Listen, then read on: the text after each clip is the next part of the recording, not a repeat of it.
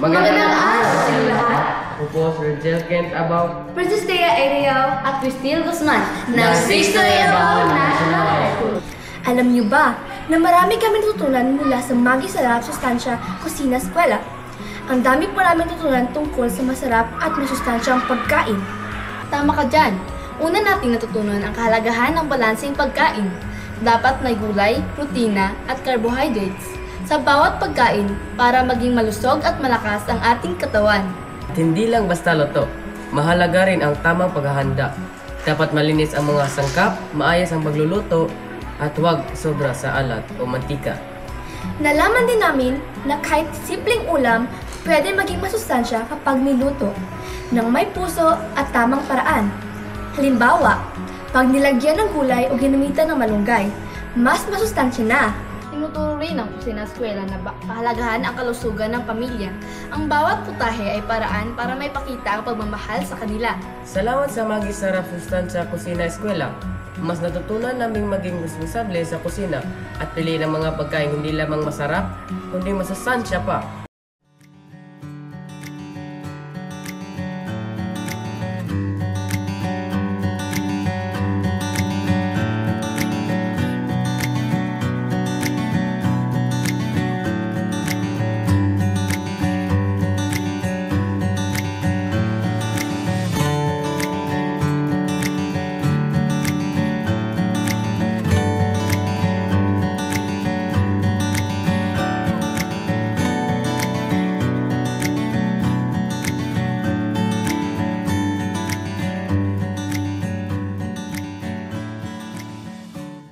At ngayon, lulutuin natin ang mga pagkain paborito ng bawat tahanan. Masarap, Masustansya. At siguradong swak sa panlasa ng buong pamilya. Ano pa hinihintay natin? Tara na, magluto na tayo. Tara na!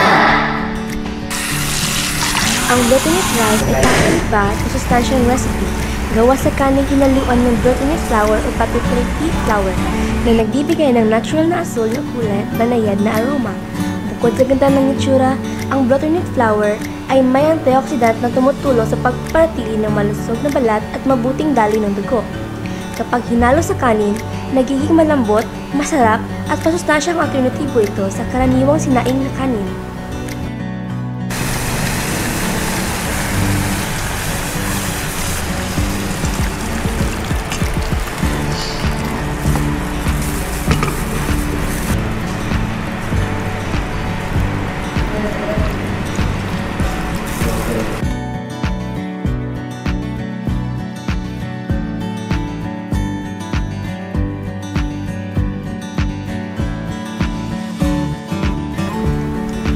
Kamote Tops Delight.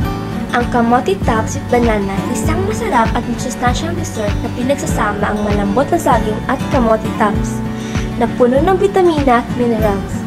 Ang kamote tops ay mayaman sa iron, calcium at vitamin C, habang ang saging naman ay nagbibigay ng potassium at natural na tamis. Kapag pinagsama, nagiging malinamnam, makulit at masustansyang panghimagas.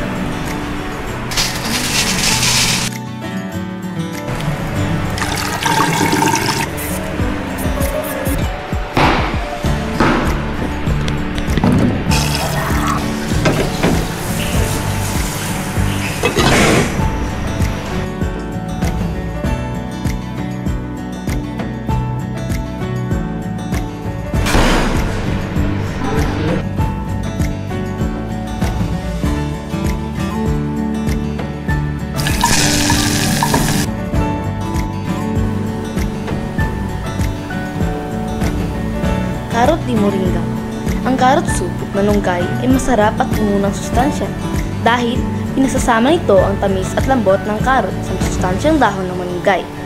Ang carrot ay mayaman sa beta-carotene na mabuti para sa paningin at balat, habang ang malunggay naman ay puno ng vitamina A, C at iron na tumutulong sa pagpapalakas ng immune system. Kapag pinagsama, nagiging malinamnam, magaan at masustansyang sopas ito na mainam kainin sa umaga o hapunan upang mabigay ng init at sigla sa katawan.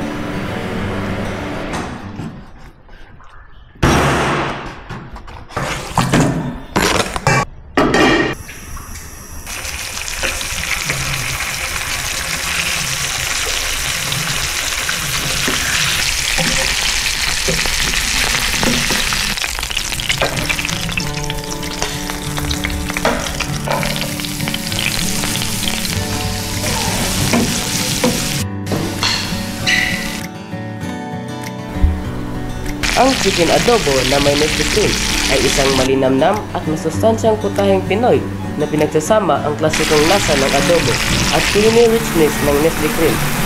Ang manok ay sagana sa protina na tumutulong sa pagpapatibay ng kalamnan, habang ang Nestle cream ay nagbibigay ng calcium at enerhiya para sa katawan.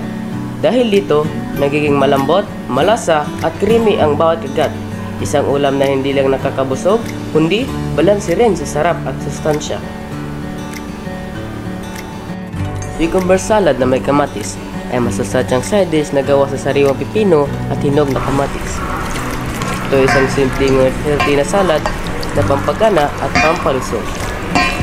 Ang glutinous lemonade with lemongrass ay isang refreshing at masustansyang inumin na paman sa antioxidant ang glutamate at tumutulong laban sa free radicals, habang ang lemongrass ay nakilala sa detoxifying at immune-boosting properties.